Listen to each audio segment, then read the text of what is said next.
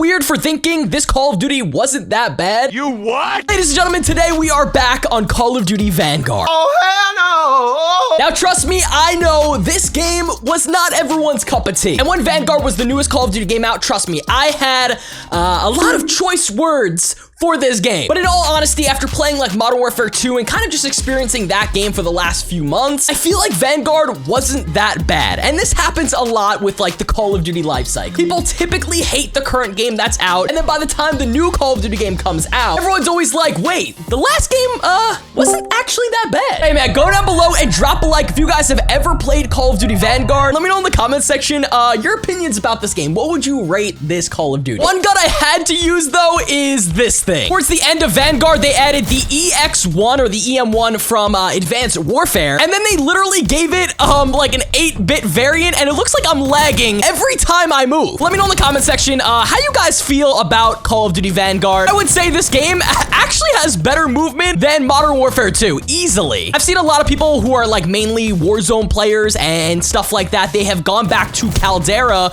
basically just to, you know, have that movement again and play Warzone 1. And I totally agree. I feel like Vanguard actually wasn't that bad, and I kind of like the slide canceling and then the movement a lot. But I think the main thing that I really hated having to do with Call of Duty Vanguard, oh my god, I have doggies, was that the game was set in World War II. I'm not sure why, but we literally had a Call of Duty called World War II, and it was made by Sledgehammer, released like, what, 2017? That game didn't go over well. So I'm not sure why Sledgehammer thought, oh, the shotguns in this game were, yeah, they were awful. I'm really not sure why Sledgehammer thought it was a good idea to double down and then release another World War II setting Call of Duty game. It doesn't really make any sense, but that's probably my main gripe with Vanguard. I feel like this game, if it took place in like modern or maybe like semi-futuristic like Black Ops 4, it would actually be a good game, and I probably would have enjoyed it a lot more. The fact that this game was taking place in a World War II setting, like they just really tried so hard to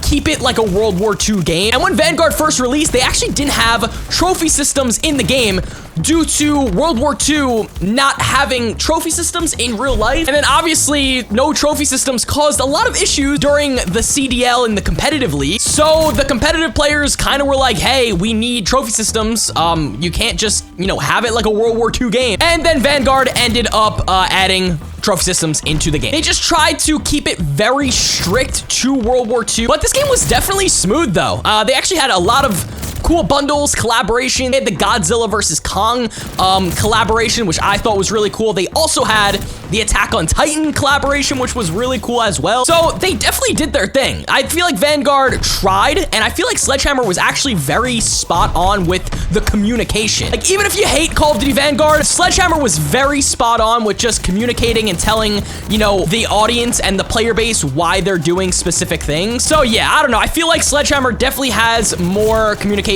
than Infinity Ward right now with Modern Warfare 2. Modern Warfare 2 communication is at an all-time low.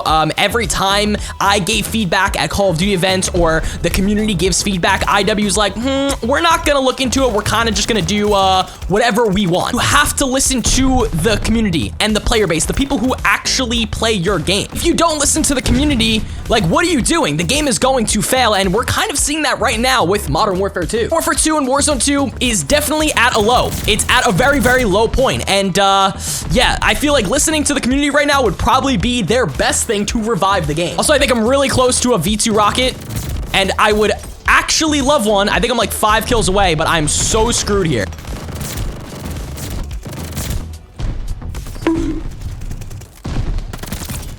He died the second he killed me!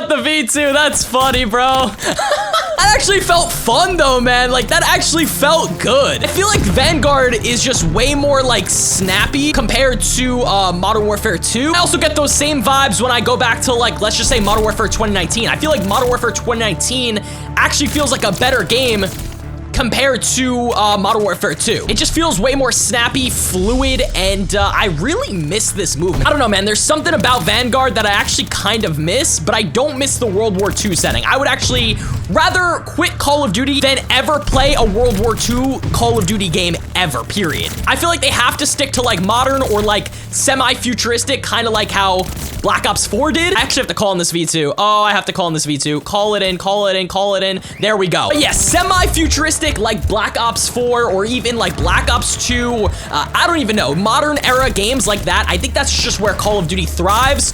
But they need to stop doing like World War II games. So I don't know. I'm kind of curious to see like how MW3 ends up being, you know, with Sledgehammer just recently putting out a Call of Duty game, and now they're putting out another one. It's gonna be a very interesting year. I really have no idea. I do find it funny that towards the end of Vanguard, they kind of just stopped caring, and they just put out literally just laser weapons in a World War II game. And that's kind of when the game started feeling fun again. It's almost like people want like futuristic and crazy content. They don't want to stick to, you know, just World War II guns that we tried and played with back in like World at War. But you know, it's kind of crazy, but just maybe people want more futuristic content. I kind of say this all the time, but I do miss jetpack. I feel like jetpacks, that movement, that was just like some of the most fun I've ever had, and kind of just having that skill gap, you know, like where if you mastered the jetpacks and the movement, like you had an advantage over people. I feel like that's why a lot of people also like, you know, Warzone 1 compared to Warzone 2. There was a movement skill gap, and it actually helped out,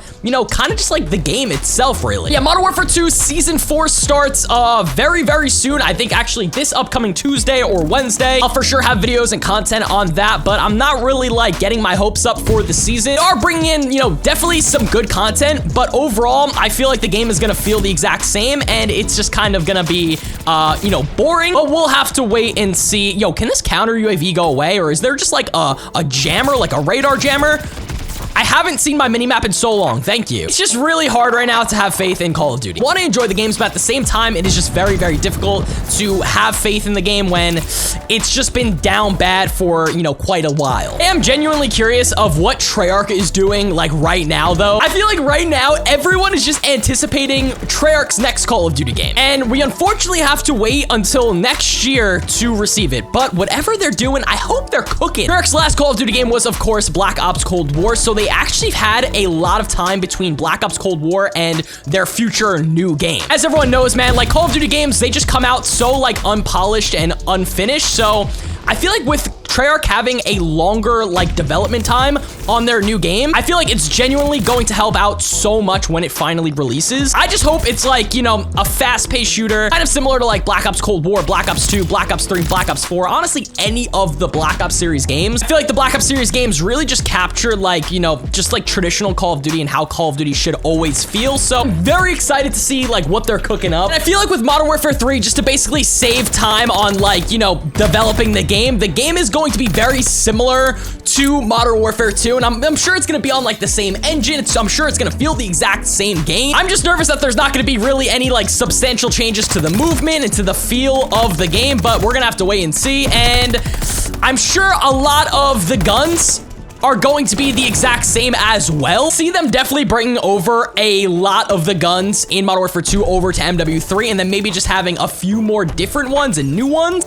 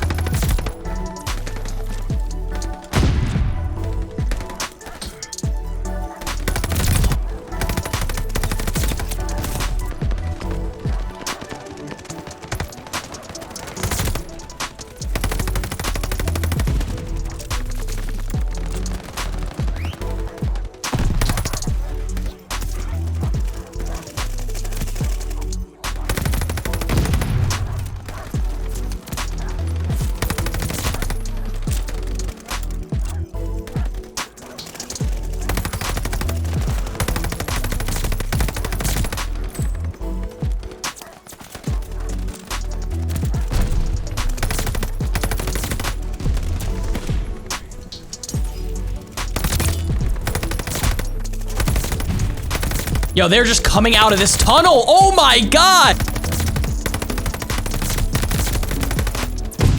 I think I'm 1 kill away from the V2. And that's the V2. Let's go, baby. Yo, oh, I gotta call it in.